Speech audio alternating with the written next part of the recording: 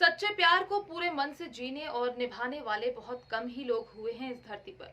जब कभी प्रेम कहानियों की बात चलती है तब आज भी मध्य प्रदेश स्थित मांडू के लोग रानी रूपमती और बाज बहादुर का नाम बड़े गर्व से लेते हैं।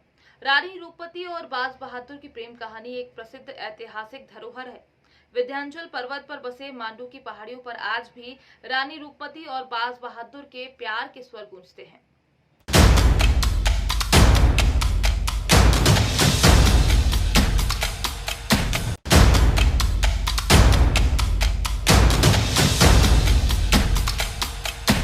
मांडव जाने से पहले कुछ दूरी पर ही कांकरा खो नाम से प्रसिद्ध पार्क देखा जाता है।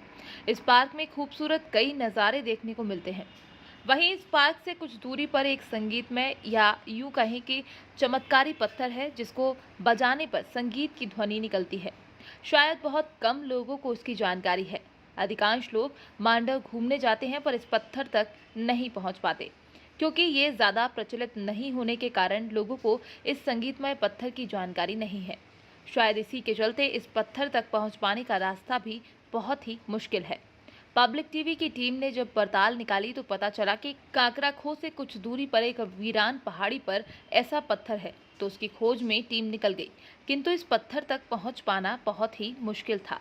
कठिनाइयों भरे रास्ते से गुजरते हुए जब हमारी टीम इस पत्थर के पास पहुंची तो आश्चर्यचकित रह गई। वास्तविकता में इस पत्थर को बजाने पर इसमें ध्वनियों की गूंज सुनाई देती है जो स्थानीय लोगों की माने तो इस पत्थर को अन्य जगह रखने पर नहीं आती। लोगों का मानना है कि इस पत्थर की ये खूबी शायद रानी रूपमती और बाज बहादुर के संगीत से भी जुड़ी है। पहाड़ी पर स्थित इस पत्थर को देखने बहुत कम लोग भी जा पाते हैं। इस पहाड़ी से ही मांडव का नज़ारा देखने को मिल सकता है। आप मांडू घूमने आए और आपने मांडू के पास काकरा खो में एक चमत्कारी पत्थर को नहीं देखा तो फिर क्या देखा? आज तक बहुत से लोग इस संगीतमय पत्थर की ध्वनि से वंचित है क्योंकि उन्हें पता भी नहीं है कि मांडू के पास में ही ये एक संगीतमय और चमत्कारी पत्थर भी है। बड़ी मशक्क़त के बाद में पब्लिक टीवी की टीम जंगलों को पार करते हुए, कठिन रास्तों को पार करते हुए यहाँ पहुँची है और आखिरकार उस संगीतमय पत्थर को ढूंढ ही ले। यहाँ गाँव के सभी लोगों को इस पत्थर की विशेषता मालूम है। यहाँ कोई लोग आते हैं? मतलब इस पत्थर की जानकारी लोगों को कम है। इस पत्थर की क्या विशेषता है? क्या इस पत्थर की क्या विशेषता है? ये बस आवाज़ करता है बजाने से, धुन आती है उसमें। आप बजा के सुनाएंगे?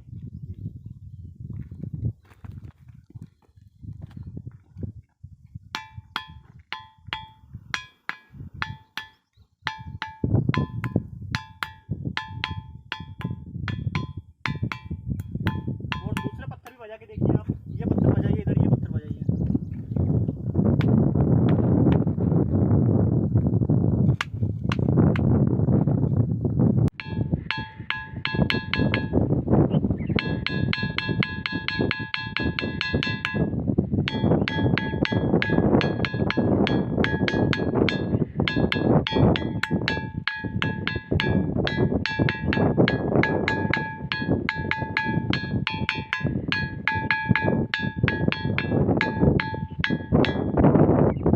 यहाँ पे स्थित सारे पत्थरों में से सिर्फ इस एक पत्थर में ही संगीत की आवाज़ आ रही है, बाकी अन्य किसी पत्थर में कोई आवाज़ नहीं आ रही है।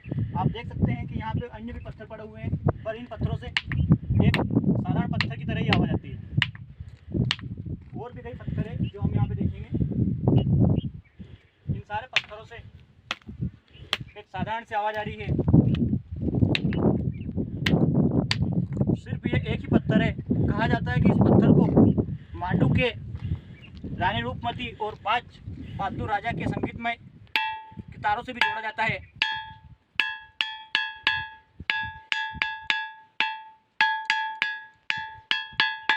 पूरे पत्थर में संगीतमय अलग अलग आवाज आ रही है।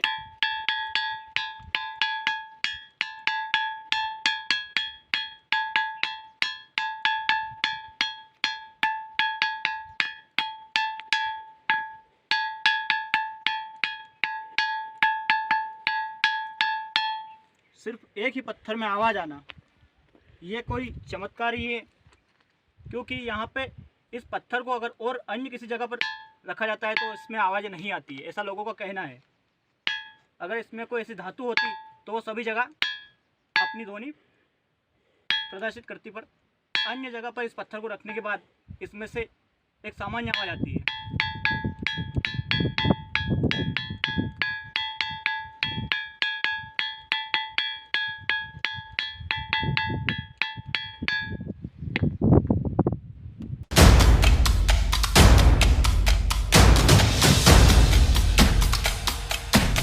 देश के कोने कोने में छुपी है कई अनसुलझी रहस्यमय कहानियाँ।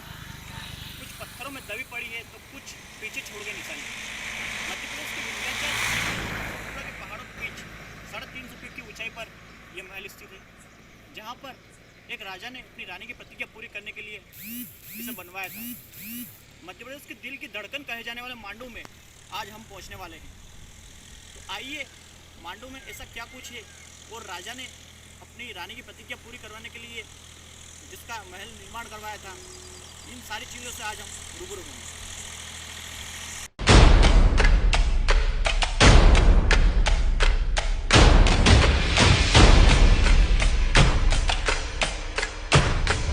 प्रेम की नगरी कहे जाने वाले मांडू प्रेम, संगीत और कविता का अद्भुत मेल है।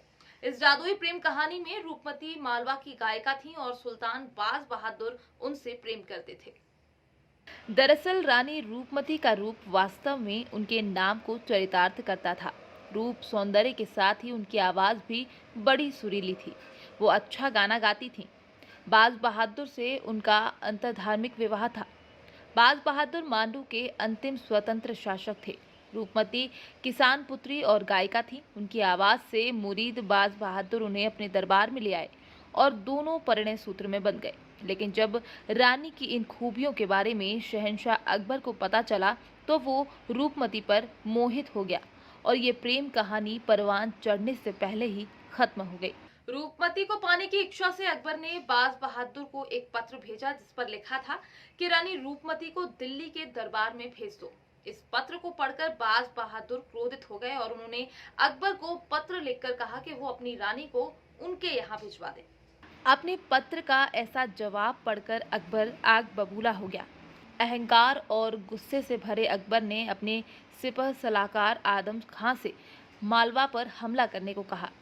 बाज बहादुर ने अपनी छोटी सी सेना के साथ उसका मुकाबला किया। इसके बाद भीषण युद्ध हुआ और आदम खां ने बाज बहादुर को बंदी बना लिया। इसके बाद उसके सिपाही रानी रूपमती को लेने मांडू की ओर चल पड़े। लेकिन जब इस बारे में रानी रूपमती को पता लगा तो उन्होंने खुद को अकबर के हाथों में सौंपने से अपनी जान देना बेहतर समझा। उन्होंने हीरा निकलकर अपनी जीवन लीला समाप्त कर ली। जब रानी की मौत का समाचार अकबर को मिला तो उसे बहुत दुख हुआ। वो पछतावे की आग में जलने लगा। उसने बाज बहादुर को कैद से आज़ाद कर दिया। बाज बहादुर ने कहा कि वो वापस अपनी राजधानी सारंगपुर जाना चाहते हैं। सारंगपुर वापस आने पर बाज बहादुर ने रानी की मजार पर सिर पटक पटक कर अपने प्राण त्याग दिए। इस घटना के बाद अकबर को अपने किए पर काफी शर्मिंदगी हुई। उसने पश्चाताप करने के लिए सन 1568 में सारंगपुर के समीप एक मकबरे का निर्माण करवाया। बाज बहादुर के मकबरे पर अकबर ने आशिके सादिक और रूपमती की समाधि पर शहीद वफा लिखवाया। ये आपका नाम? हुकुम पटेल। आप यहाँ रानी रूपमती महल घूमने आए हैं, जी हाँ। कौन से जिले से आए हैं? और यहाँ पे इंदौर जिले के पीतमपुर के पास में रहते हैं। एमपी की दिल की धड़कन कहे जाने वाला मांडव, जहाँ इतिहास में रानी रूपमती और बाज बहादुर की प्रेम गाथाएं गुंजी थी। आज आपको यहाँ आने के बाद ऐसा क्या कुछ महसूस हो रहा है? हो रहा ना बराबर है। आज तो बिल्कुल रानी रूपमती का महल अपने भारत देश की धड़कन बोला जाता है इसको। इसके बाद काकड़ा को है, मांडव मंदिर है, मतलब बहुत सारी चीज़ें हैं और उनको धड़कन यहाँ पे घूमने आते हैं, एहसास होता है अपन को कि अपन कोई अच्छी जगह आए हैं घूमने के लिए। यहाँ आसपास जो हरियाली देखी जा रही है, क्या लगता है, ऐसा आपको महसूस हो रहा है कि जो बादल है वो कहीं ना कहीं महल से टकरा के निकल रहे हैं? बराबर। आप देख तो जो गुम्मच है, अपने बड़ी बड़ी गुम्मच हैं, जब वो बादल से बिल्कुल लहर पास उड़ते हुए जाते हैं और यहाँ की हवा को देखो आप, हवा की धड़कन को सुनो, तो एक अलग ही एहसास होगा आपको। मतलब जो इतिहास में बातें दोहराई गई थी आज भी वो कहीं ना कहीं सत्य दिख रही है। ये तो पुराने जमाने में कहा है कि रघुदरी सदा चली आए, प्राण जाकर रुकन न जाए। मतलब यहाँ की बात कभी गलत हो ही नहीं सकती ना।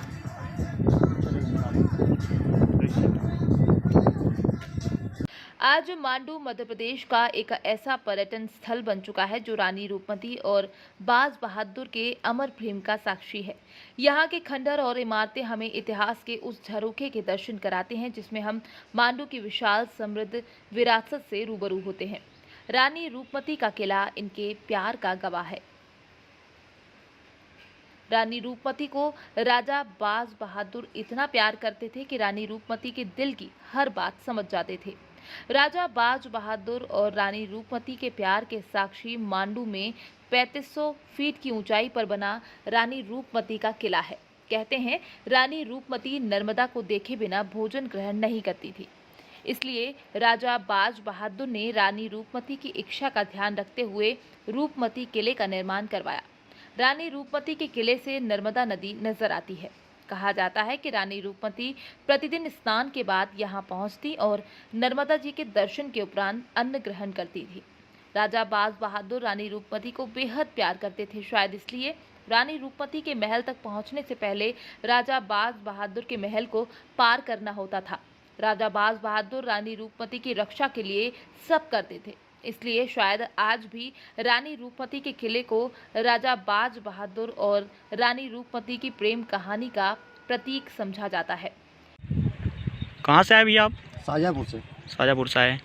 एमपी के दिल की धड़कन कहा जाता है रानी रूपमती का महल यहाँ पे मांडव में। हाँ, इस महल में क्या कुछ देखने को आपको मिला? बहुत अच्छा मिला है यहाँ तो। लोग यहाँ दूर दूर से देखने आते हैं। प्राकृतिक दृष्टि से यहाँ पर क्या कुछ विशेषताएं हैं? देखने में अच्छा लगता है। यहाँ से लोग बोलते हैं, पुराने इतिहास में भी वर्णन है कि नर्मदा माता के दर्शन होते हैं नदी के। हाँ, क्या आपने दर्शन करे यहाँ पे आके? अरे ना। वहीं मांडू में जहाज महल के नाम से प्रसिद्ध महल भी है जो प्राकृतिक सौंदर्य के कारण काफी सुंदर लगता है। जहाज महल के अंदर का नज़ारा देखने के बाद हर कोई उसे देखे बिना नहीं रह सकता। पर्यटक यहाँ पर हर जगह सेल्फियां लेते दिखाई देते हैं। वहीं कुछ लोग ऐसे भी देखे गए जो सेल्फी के चक्कर में अपनी जान तक की परवाह नहीं करते। जहाज महल के अंदर कई महल खंडर भी पड़े हैं और कई महलों की दीवारों पर कुछ असामाजिक तत्वों द्वारा पत्थरों से लिखकर ऐतिहासिक धरोहर को खराब भी किया गया है। वहीं जहाज महल में एक और नज़ारा देखा गया। पुरानी पद्धति के अनुसार बैलों द्वारा गाड़ी चलाकर महलों की मरम्मत के लिए मटेरियल तैयार किया जा रहा था।